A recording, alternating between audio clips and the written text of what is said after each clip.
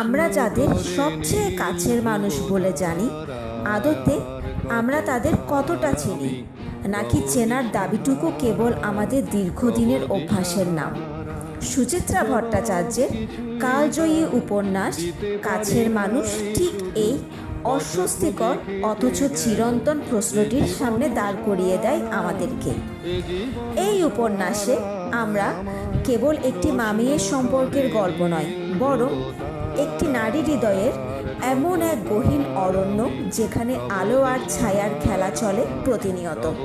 ইন্দ্রাণী আর তিতির একই ছাদের নিচে বাস করা দুটি সত্তা, অথচ তাদের মাঝখানে বয়ে চলেছে এক অদৃশ্য সুবর্ণরেখা।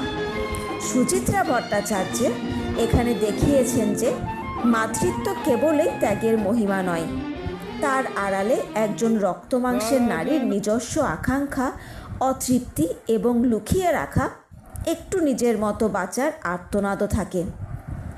মধ্যবিত্ত জীবনের চিরাচরিত ছাঁচে গড়া সম্পর্কের আড়ালে যে অদৃশ্য মুখোশ আমরা পরে থাকি, সুচিত্রা ভট্টাচার্য এই উপন্যাসে নিপুণভাবে সেই আবরণ উন্মোচন করেছেন।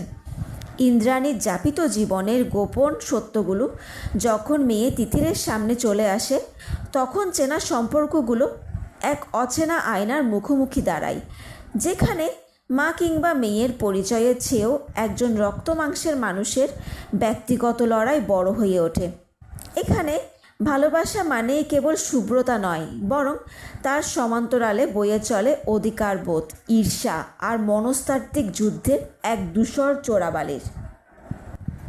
90-এর দশকের প্রেক্ষাপটে লেখা হলেও সম্পর্কের এই চিরন্তন টানাপোড়েন আর ঘরোয়া সংলাপের আড়ালে লুকিয়ে থাকা দীর্ঘশ্বাসগুলো আজও পাঠককে সমানভাবে আলোড়িত করে।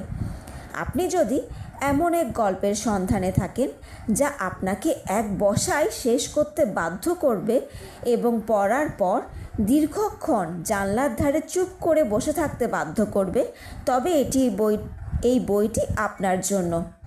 এটি আপনার চেনা জগৎকে নতুন করে চিনতে শেখাবে।